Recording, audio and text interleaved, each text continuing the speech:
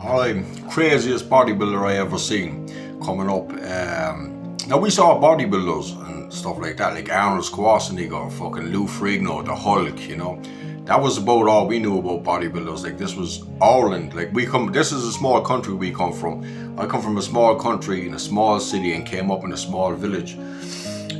So I didn't know a whole lot about bodybuilding. But I was just getting into it. It was the early noughties. I was about 17, 18 maybe, you know. And I first sat by and fucking, this is how much we knew about fucking bodybuilding. I bought like a home gym with those plastic weights.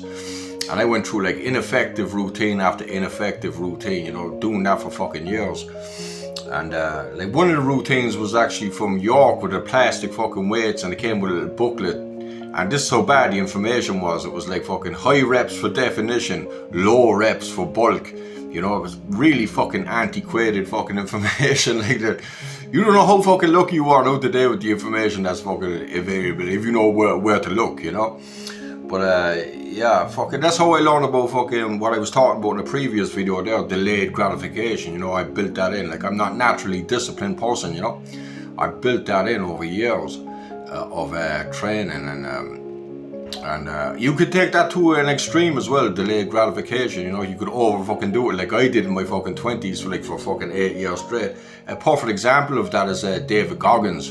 Like he's after taking it to the max, you know, and he's had 2 fucking wives, you know, marriages that are after breaking down due to him being unavailable, you know. So that's what it does to you. You go too far down that road, you know, delayed gratification and constantly pushing yourself. You're better off staying fucking single. Like if you're going to take it can be taken too far. You need balance. And I did it throughout my 20s, and I was with a girl throughout my 20s as well while doing that. And why she stuck with me is anybody's guess, but I'm going off topic. They opened a bodybuilding shop down in North Main Street called Building a Body, and don't know if any of you remember that. This is the early fucking noughties. It's a long time ago, like nearly quarter century ago.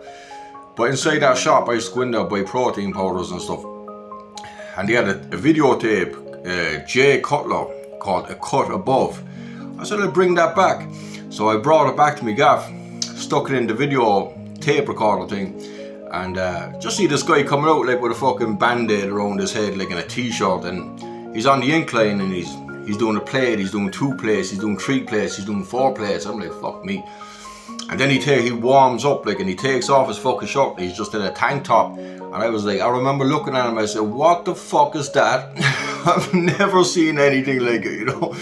He looked like a fucking something like a cartoon, you know. It was fucking crazy. It was the craziest bodybuilder I ever seen.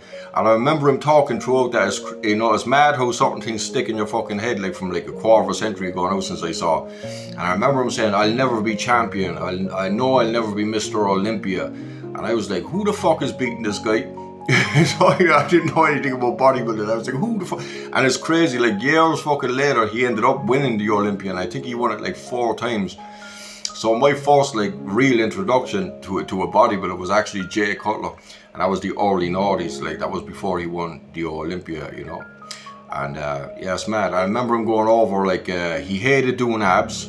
I hate fucking abs, and he'd be going over in his head when he was training. He'd be saying like, this is my job, this is my job. I think that's what he was saying to himself for motivation. He was like, this is my job, you know, to get through it.